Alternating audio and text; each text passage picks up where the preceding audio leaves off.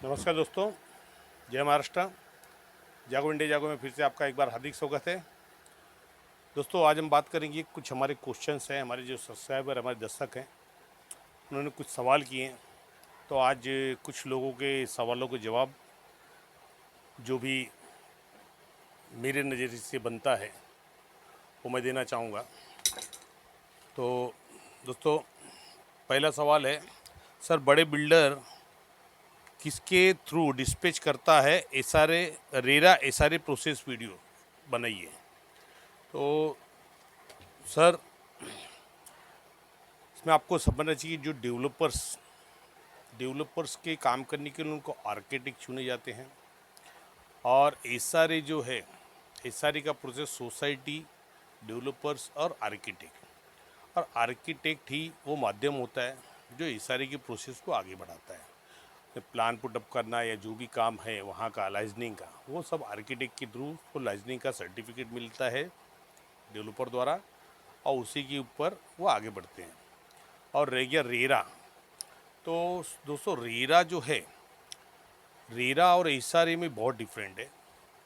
RERA जो लगता है वो सेल बिल्डिंग पे लगेगा, आपकी जो रिहाब बिल्डिंग के ऊपर रेरा नहीं लगता है, क्योंकि आप ऑलरेडी गवर्नमेंट के अंदर प्रोटेक्टेड हैं, क्योंकि आपकी गवर्नमेंट की स्कीम है।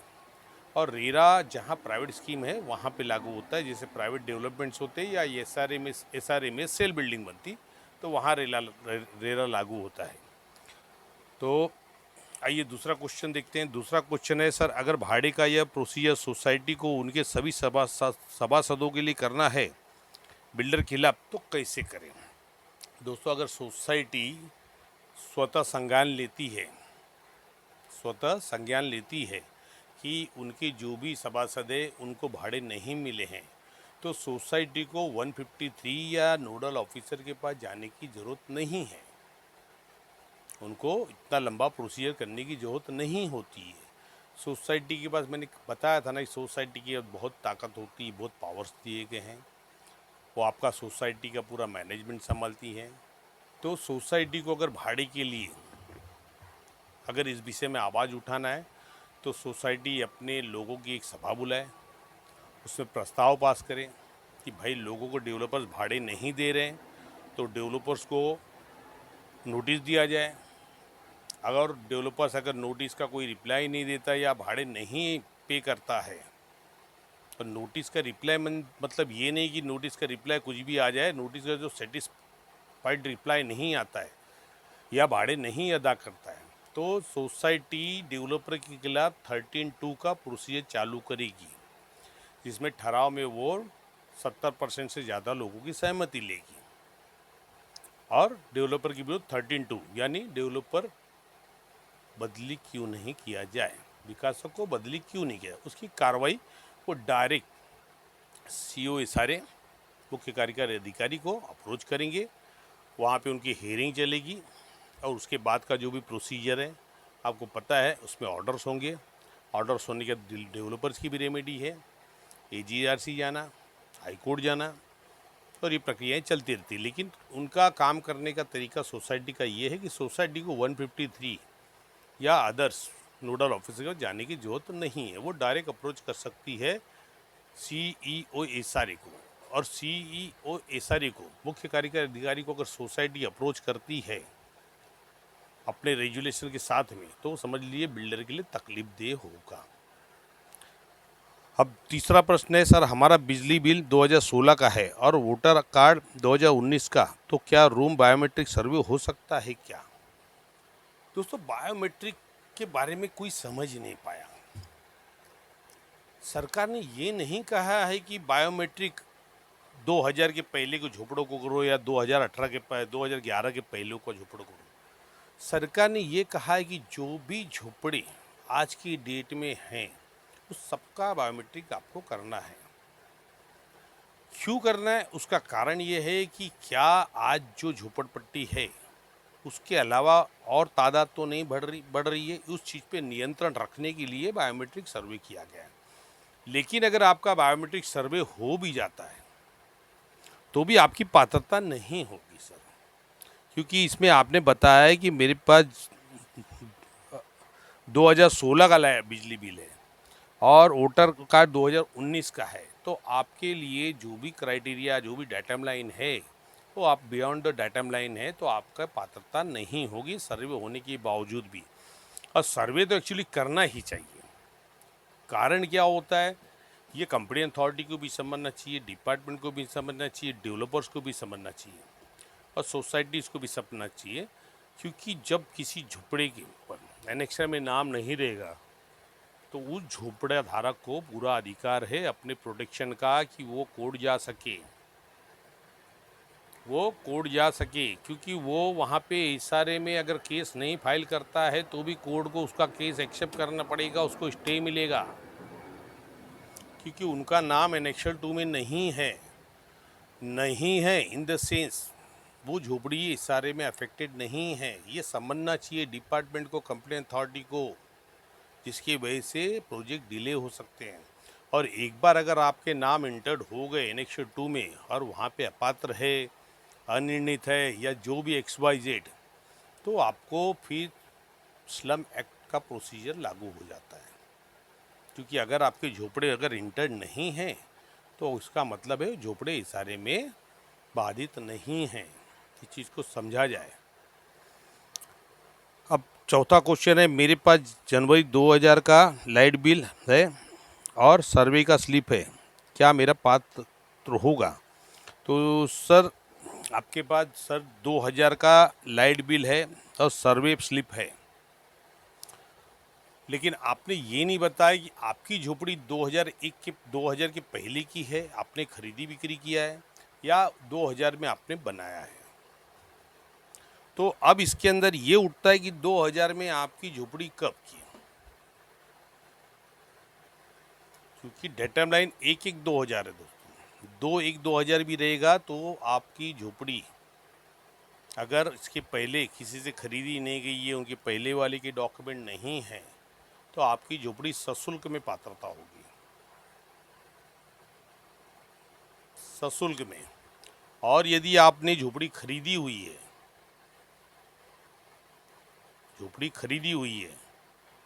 और पहले वाले के डॉक्यूमेंट है तो आपकी रेगुलर पात्रता होगी। आपकी झोपड़ी रेसिडेंस से 40,000 का ट्रांसफ़र चार्ज लगेगा और कॉमर्शियल 60,000 का ट्रांसफ़र चार्ज लगेगा। अब आइए दोस्तों, पांचवा क्वेश्चन है, सोसाइटी कभी मीटिंग राइटिंग में नहीं देते हैं, ना सोसाइटी के हम लोग सिलेक्ट भी नहीं हैं कि सिलेक्ट नहीं किया और उन लोगों को नहीं देखते और ना ही प्लान लेआउट भी नहीं दे रहे हैं। देखिए, आपके क्वेश्चन में थोड़ा सा जो वर्ड लिखा था मैं समझ नहीं पाया हूँ, और फिर भी मैं समझ सकता हूँ कि आप कहना क्या चाह रही हैं। ये जो सोसाइटियाँ हैं, अगर सोसाइटी आपका काम नहीं कर रही है, आपकी बात नहीं सुन रही है, तो मैंने बार बार बोल रहा हूँ कि आप लोगों को यूनिटी बनाना पड़ेगा, मेंबर्स को यूनिटी बनाना पड़ेगा। और यूनिटी बना के अगर सोसाइटी मीटिंग नहीं ले रही, राइटिंग नहीं कर रही है, ईयरली AGM नहीं ले रही है, ऑडिट नहीं कर रही है, आपके नॉमिनेशन फॉर्म नहीं कर रही है या शेयर सर्टिफिकेट नहीं की है, अगर सोसाइटी रजिस्टर्ड है तो, अगर आपका सोसाइटी अनरजिस्टर्ड है तो आप सर्कुलर 169 के हिसाब से कंप्लेंट फाइल कीजिए सहायक निबंधक के पास, मेजोरिटी के साथ में। कम से कम आपकी मेजोरिटी 51% होनी चाहिए, तो कंप्लेंट फाइल कीजिए। और अगर सोसाइटी रजिस्टर्ड है तो आप सेक्शन 77 में कंप्लेंट फाइल कीजिए कि भाई सोसाइटी बराबर काम नहीं कर रही है, इनका जो भी सोसाइटी उसको निष्क्रिय किया जाए, नई सोसाइटी का चुनाव किया जाए। तो ये अधिकार आपके पास है, तो आप लोग उस अधिकार का यूज़ कीजिए। आप जो लोग आप पे तानाशाही कर रहे हैं उनकी तानाशाही को सहन मत कीजिए, लेकिन आपके अंदर यूनिटी है या नहीं है, ये सबसे बड़ा इम्पोर्टेंट प्रश्न है। तो ये यूनिटी आपको ही बनाना है, आपको कोई यूनिटी बना के नहीं दे सकता। आपके लोगों को समझना चाहिए क्या सही और क्या गलत। आइए, 7वां क्वेश्चन है, और दोस्तों ये बहुत इम्पोर्टेंट क्वेश्चन है, बहुत बोले तो बहुत इम्पोर्टेंट क्वेश्चन है। क्या बिना रेंट दिए हुए बिल्डर अलॉटमेंट कर सकता है? अलॉटमेंट के टाइम शेष राशि PDC चेक दूंगा, ऐसा बिल्डर बोल रहा है। दोस्तों ये बहुत जटिल मसला है हमारे मुंबई के अंदर, और जहाँ जहाँ सारे महाराष्ट्र में चल रहे वहाँ के लिए रेंट, किराया, किराए के लिए लोग परेशान हैं। किराए के लिए लोग परेशान हैं। लोग 6-6, 8-8 साल से लोगों को भाड़ा नहीं मिला है। और आप जो ये बोल रहे हैं कि बिना रेंट दिए हुए बिल्डर अलॉटमेंट कर सकता है, तो दोस्तों रूल के हिसाब से जो सर्कुलर 210 बनाए गए हैं, सर्कुलर 210 के हिसाब से बिल्डर अलॉटमेंट नहीं कर सकता है। लेकिन प्रॉब्लम्स क्या होते हैं? प्रॉब्लम्स ये होते हैं, पहली बात तो जो सोसाइटी के जो मेंबर्स हैं वो फाइट नहीं करते। उन्हें डराया जाता है, धमकाया जाता है कि भाई अपील में जाओगे या भाड़े की लड़ोगे तो आपको भाड़ा नहीं मिलेगा। दूसरी चीज़, अगर आप लड़ भी रहे हो तो भी ये जो अधिकारी, जो सहायक निबंधक बैठे हैं, ये आपको डबल क्रॉस करते हैं। ये यहाँ प्रशासनिक अधिकारी बन के आए हैं लेकिन काम करते हैं बिल्डर के लिए। आज आपका रेंट बाकी है, लेकिन सहायक निबंधक कार्यालय से दे दिया जाता है कि बिल्डर ने 210 का कंप्लायंस कर दिया है। और इंजीनियरिंग डिपार्टमेंट क्या करता है, भाई सहायक निबंधक ने हमको दे दिया है, हम तो भाई दे देंगे। तो ये कुछ भी कर सकते हैं रूल के हिसाब से ना। जो सर्कुलर कहता है 210 ना, जब तक लोगों के पूरे ड्यूज क्लियर नहीं हो जाते रेंट के, तब तक कोई अलॉटमेंट नहीं होगा। लेकिन ये अधिकारी अपनी मनमानी करते हैं। यहाँ पे क्या कर रहे हैं, किसके लिए काम कर रहे हैं, ये तो आपको दिख रहा है। अभी हमारे मैटर में मैंने बताया था ना कि हमारे मैटर में अभी 13-2 की हियरिंग पेंडिंग पड़ी है। 2019 से मैटर चालू है, 2019-20 से। और यहाँ पे 4 स्टॉपक थे, 4 स्टॉपक लगाए गए थे सेल बिल्डिंग के कामों पे। हालांकि स्टॉपक से बिल्डर को कोई फ़र्क नहीं पड़ा। स्टॉपक होने के बावजूद बिल्डर ने अपनी सेल बिल्डिंग कंप्लीट कर दिया। लेकिन एसआरई की जो दयालु अधिकारी हैं, दयालु मतलब उनको बहुत दया है लोगों के बारे में, लेकिन पब्लिक के लिए नहीं, बिल्डर के लिए। उन दयालु अधिकारियों ने बिल्डर के ऊपर कोई एक्शन नहीं लिया, ना इंस्पेक्शन किया, ना कुछ किया। डेवलपर ने 98% सेल की बिल्डिंग कंप्लीट कर दिया, रिहैब बिल्डिंग 50% भी कंप्लीट नहीं हुई। फिर भी बिल्डर ने कहा कि भाई मेरा स्टॉपक निकाल दो। तो हमारी जो मैडम है संध्या मंगेश बावनकुले, उन्होंने बिल्डर को लेटर निकाला कि भाई आप 1,38,00,000 रुपया भर दीजिए। बिल्डर ने तुरंत दूसरे दिन 1,38,60,000 रुपया भर दिया और उन्होंने लेटर इशू कर दिया कि बिल्डर का जो भी ड्यूज था क्लियर हो गया। और इंजीनियरिंग डिपार्टमेंट से हमारे जितने स्टॉप वर्क थे सब उड़ गए। बिल्डर को एलओए रिवाइज हो गई, प्लान अमेंडमेंट हो गया, ऊपर से 98% ये सारे काम हो चुका है। उसके बावजूद भी सेल बिल्डिंग का काम करने के लिए परमिशन दिया गया कि रिहैब बिल्डिंग के अंदर जो रिहैब रेसिडेंशियल रूम है को तोड़ के सेल के कॉमर्शियल बनाने का काम जारी है। तो ये काम कौन कर रहा है? सहायक निबंधक। तो दोस्तों सहायक निबंधक का काम क्या है और कर क्या रहे हैं? लेकिन आपका काम है कि आप अपनी लड़ाई में कितनी मजबूती लाते हैं। सहायक निबंधक क्या कर रही हैं, क्या नहीं कर रहे, उससे आपको नहीं देखना है। आप अड़िग रहिए अपने पे, मैटर आगे लेके जाएंगे। जब ये मैटर एक न्यायिक अथॉरिटी के पास पहुंचेगा तो उससे सुनवाई होगी कि आखिर क्या बात है कि ये फॉल्सिफिकेशन रिपोर्ट देखिए, ये लोगों के अधिकारों का हनन करके बिल्डर का काम क्यों किया जा रहा है। तो सच्चाई एक दिन खुलेगी, एक न एक दिन आएगी। तो इसके लिए दोस्तों अगर बिल्डर ने भाड़े नहीं दिए तो बिल्डर की बात पे आप विश्वास मत कीजिए कि पीडीसी चेक दे देगा, ये देगा। पीडीसी नहीं, पीडीसी नहीं। रूल है 210 का, 2 साल का रेंट और 1 साल का पीडीसी, और जब तक वो क्लियर नहीं होता तब तक अलॉटमेंट नहीं होगा। तो डेवलपर देखिए आपको बेवकूफ़ बना सकते हैं।